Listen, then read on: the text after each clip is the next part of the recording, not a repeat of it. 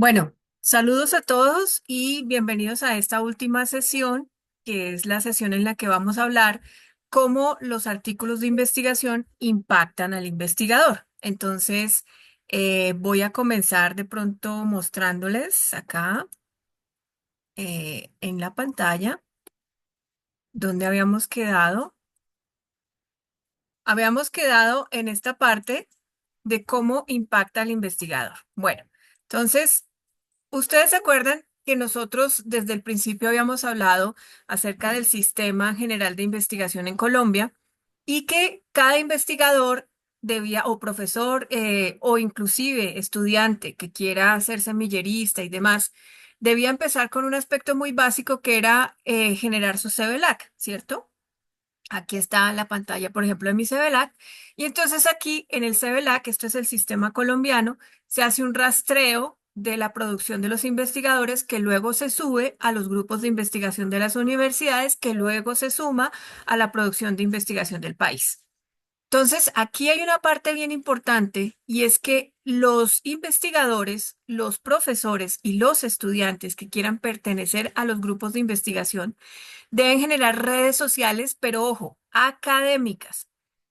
Aquí no estoy hablando ni de TikTok, ni estoy hablando de WhatsApp, ni estoy hablando de Facebook. No, estoy hablando de las redes académicas que hoy en día sirven para medir y también para relacionar la investigación, pues, de los profesores, investigadores y estudiantes que trabajen en los sistemas de investigación.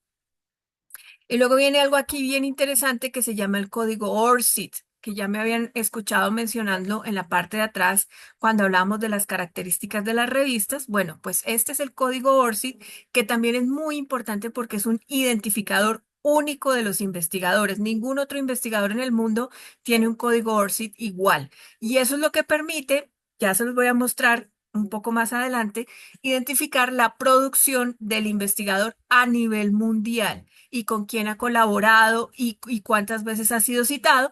Y esos indicadores son los que toman en cuenta luego las revistas, ¿cierto? Para hacer toda esta ecología, digamos, del tema de investigación. Entonces, bueno, vamos a comenzar hablando de una de las primeras redes sociales y entonces en ese caso voy a mostrarles, eh, voy a mostrarles, voy a compartir toda mi pantalla para poder pasarme rápidamente. Entonces, aquí comienzo con la primera red social, o bueno, no es una red social, esto realmente es un, podríamos decirlo como un sistema de indicadores de producción de los profesores. Entonces, tenemos en Google Académico, si yo me devuelvo aquí al Google Académico, que es el de estándar, el de consulta normal, como en mi caso yo soy investigadora, entonces al darle mi perfil, ¿cierto? Él inmediatamente me va a decir que yo soy docente de una universidad en Colombia, me va a verificar que efectivamente yo pertenezco a esa institución y cómo verifica con mi correo institucional, me va a mostrar las líneas de investigación a las que yo pertenezco y aquí empieza a mostrarme toda mi producción académica, todos los artículos que yo he publicado durante pues mi vida académica, que en este caso empiezan casi desde el 85. Entonces, toda la información la rastrea y la empieza a citar. Toda la información la empieza a citar. Y a partir de acá, entonces él empieza a decir, perdón un momento, él empieza a decir, por ejemplo, de cuántos países, perdón, yo voy a apagar aquí, qué pena, esto es en vivo, me tendrán que disculpar.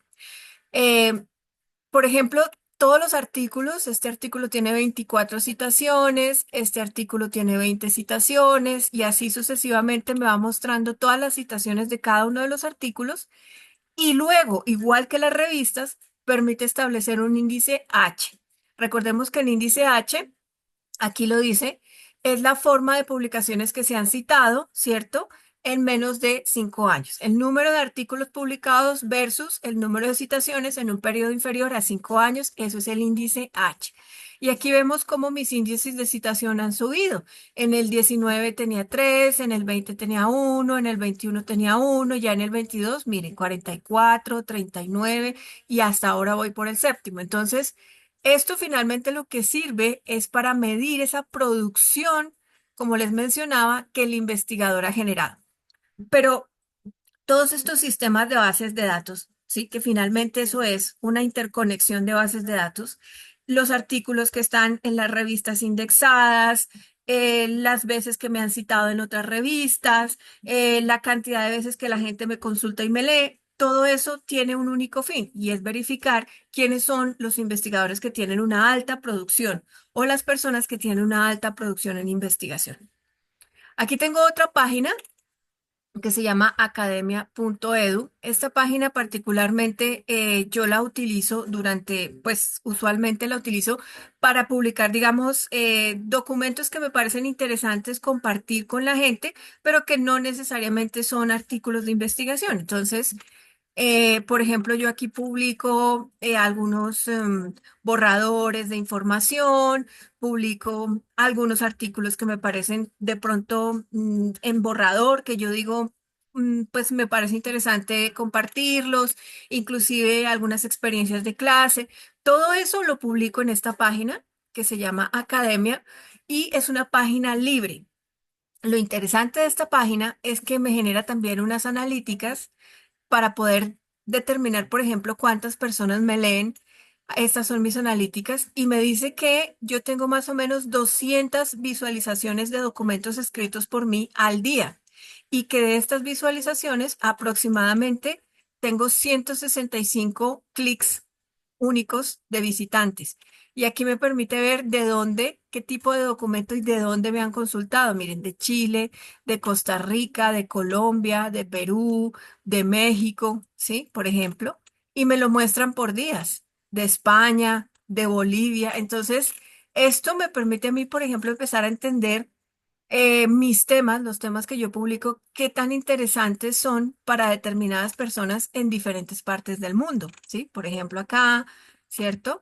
Y hay cosas que yo publico, por ejemplo, el ejemplo de un guión de animación, algunos componentes pedagógicos que utilizo. Entonces, se convierte también en un recurso para que uno como investigador empiece a mostrar su producción. Luego tenemos lo que les había mencionado, que es el código ORCID. Vuelvo y repito, este es un código que se genera único por cada investigador. ¿Y cómo se hace? Muy sencillo. Ustedes digitan ORCID, orcid.org y le dicen registrarse. Vamos a registrarnos. Y aquí ustedes simplemente le dicen si quieren iniciar sesión o iniciar su sesión con un correo o generalmente con un código. Y si todavía no se han registrado, les pide unos datos básicos, su nombre, su apellido, su dirección primaria, que puede ser su dirección personal, y luego un correo adicional que debe ser el correo institucional. Y así poco a poco ustedes van generando este código que se llama ORCID, que lo deben tener activo para publicar en las revistas. Porque si ustedes se dan cuenta, nuevamente volviendo al tema de cómo se conectan las bases de datos, fíjense que aquí en mi código ORCID yo tengo todas las bases de datos a las que yo pertenezco. LinkedIn, Academia, que fue la que les mostré, ResearchGate, que es como una base de datos también de investigación, de artículos, Google Scholar, CVLAC. Entonces, todo esto son las bases de datos a las que yo pertenezco como autora y hacen ese rastreo, entre ellas mismas se hacen ese rastreo y se conectan, ¿cierto? Entonces van dando, ¿no?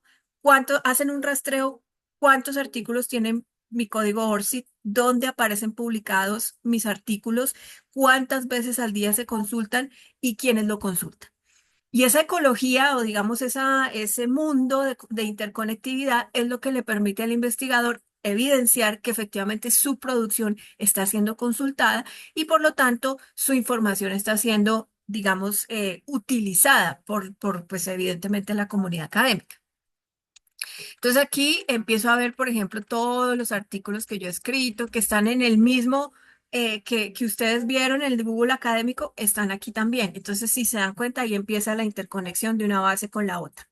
Y esto es supremamente importante porque si un investigador puede que un profesor tenga muchas publicaciones en muchas revistas que no son indexadas. De ahí la importancia de que la revista sea indexada. Tiene muchas publicaciones en revistas que no son indexadas, pues desafortunadamente estos indicadores no se van a mover porque no se ven en Internet, o sea, no se consultan. Entonces no funciona tener publicaciones en revistas cerradas o en revistas que no son de acceso público o en revistas impresas que se dejan en una biblioteca en una universidad, porque a la hora del té no van a impactar estos indicadores que es lo que necesitamos realmente que se muevan. Porque es que esto es una simbiosis. Si yo como investigador tengo un alto nivel de citación, pues evidentemente las revistas van a preferir publicarme. Entonces, por eso es que los investigadores buscamos revistas que tengan un alto nivel de rotación, ¿cierto? Un índice H importante para que entre los dos logremos ese equilibrio. A mí me consultan y a ellos los visitan. Descargan mis artículos, evidentemente la revista es consultada y revisada. Entonces, esto funciona de esa manera. Y aquí vemos todos los artículos que yo he publicado, que son los mismos que les mostré anteriormente y que tienen todas estas citaciones cruzadas unas con otras. ¿Listo? Y finalmente, una red que a mí me parece muy importante y no es porque genere, digamos, un impacto en los índices de citación, sino porque me da visibilidad como profesional y es LinkedIn. Entonces, en LinkedIn, por ejemplo, esta es una red en la que yo tengo en este momento 2.741 visitantes, pero todos son visitantes que tienen que ver con el sector educativo. Todos son personas que trabajan en las áreas de la educación. Entonces, por eso esta red es muy importante para que a nivel profesional nos demos a conocer. Entonces, casi que nos volvemos también unos gestores de contenido hacia nuestros propios intereses. Lo que publicamos en una red, también la vamos a publicar en otra y pues de una u otra manera generamos esa difusión del contenido que nosotros queremos para todos nuestros trabajos y todos nuestros artículos. Le doy la bienvenida a Brenda, que es seguramente Brenda, ¿cómo estás? ¿De dónde te conectas, por favor? Buenos días, profe. En Puerto Colombia. Gracias por conectarte, Brenda. Ya estoy terminando aquí el tema que vengo a trabajar hoy y luego ya hablamos, traes una corrección para presentar hoy, me imagino, ¿cierto? Sí, claro, profe. Listo, eso lo vamos a ver ya al final, entonces déjame terminar este video y ya. Entonces, como les mencionaba, todas estas bases de datos están interconectadas. ORCID, Academia, Google Scholar como indicador, ¿no? Google Académico desde, en este caso, recordemos, desde el perfil del investigador. El investigador va a tener un perfil y va a generar este perfil.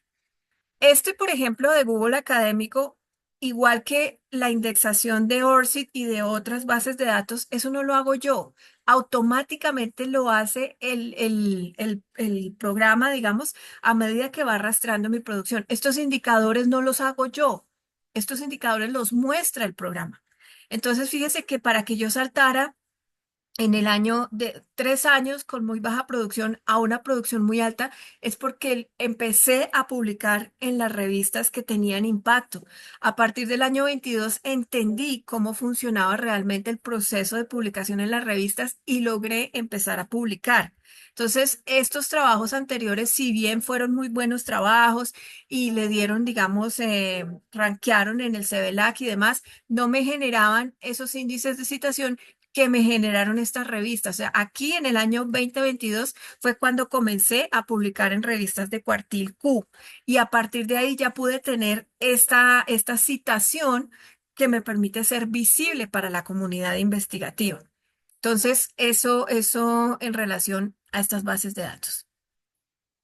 Bueno, eh, otra cosa también muy importante que yo quiero dejar a su consideración es que mantengan actualizados y mantengan constantemente desarrollados su CVLAC, porque el CVLAC es el único, digamos, por decirlo así, medio que hoy en día se utiliza para validar que efectivamente un profesor está haciendo investigación y producción. Recuerden lo que les mencioné, los estudiantes de semilleros, los profesores, los investigadores, en general toda la comunidad académica hoy en día está llamada a que haga todo este tipo de procesos para que la información, su producción se visibilice, ¿sí?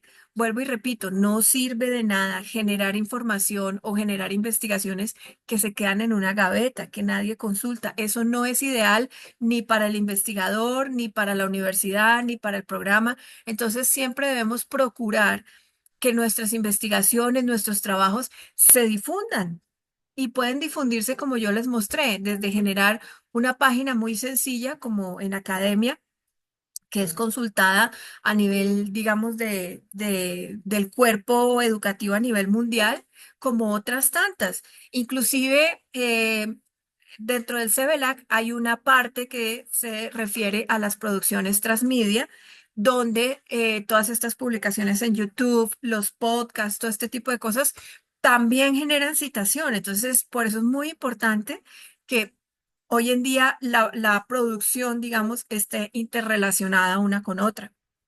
Y no solamente para que nosotros como investigadores tengamos un rastreo de lo que hacemos o dejamos de hacer y de lo que consultan las personas cuando nos ven, sino también para entender el impacto que tienen nuestros temas de investigación en el mundo. Entonces, nos podemos inclusive volver un referente. Esto funciona mucho, sobre todo en los investigadores de ciencias de la salud. Entonces, el doctor X es experto en este tema, el doctor Y es experto en enfermedades tropicales, el doctor fulano es experto en esto. Entonces, asimismo funciona con todas las áreas del saber, investigadores de las áreas de humanidades. Entonces, el profesor X es un experto en sistemas económicos, el profesor Y es un experto en esto. Y esto nos ayuda también a subir nuestro nivel como docentes y como investigadores a nivel nacional y a nivel mundial. Bueno, con esto termino este pequeño video que yo quería compartir con ustedes sobre los temas relacionados con la investigación y cómo impacta la publicación en artículos indexados al investigador. Entonces, primero les recomiendo ver los videos anteriores para poder entender desde el inicio cómo funcionan las revistas, sus características, porque es importante seleccionar una buena revista, determinar cuáles son las revistas en las que puedo publicar y cuáles no, y luego seguir con este proceso para poder entender esas publicaciones, cómo me impactan a mí como investigador. Ahora, otra cosa también muy importante que yo quiero dejar aquí en la grabación y es que, por ejemplo, hoy en día para solicitar cualquier tipo de becas a nivel internacional o inclusive para poder optar por una buena maestría, un buen doctorado en universidades de mucho nivel, se está solicitando esto. Se está pidiendo a estudiantes, investigadores y docentes que presenten su producción desde el Google Scholar y su índice H. Esto ya es algo que se está volviendo, digamos, común. Entonces, tú vas a solicitar una beca en X país para estudiar X maestría. Te van a preguntar cuánto ha sido tu producción y qué tanto has aportado a la investigación. Es decir, hoy en día los altos estándares de investigación obligan a que tanto docentes, profesores y estudiantes, investigadores sigan estas características para que no se pierda ese, digamos, esa rigurosidad, porque desafortunadamente la red se está llenando de personas que publican cualquier tipo de contenido, pero que al final no existe una manera de validar si ese contenido realmente es hecho por una persona seria, por un investigador asociado a una universidad, por una persona que tiene una formación académica o una formación intelectual para que ese contenido tenga seriedad. Esto que ustedes ven aquí es una manera que tiene hoy en día las redes para evidenciar que esa persona que está citando o que esa persona que publicó ese artículo es una persona seria, es una persona que está investigando ese tema, es una persona que ya tiene, digamos, consultas, que ha sido citado y avalado por otros profesionales, profesores en el mundo entero. Entonces, eso nos da una garantía, ¿cierto? Y nos da un índice, nos da un sello de calidad para que digan, este es un buen profesor y su contenido vale la pena citarlo y seguirlo. Muchas gracias a todos y voy a dejar aquí esta grabación. Les agradezco y los invito a ver los videos de la parte 2 y 3.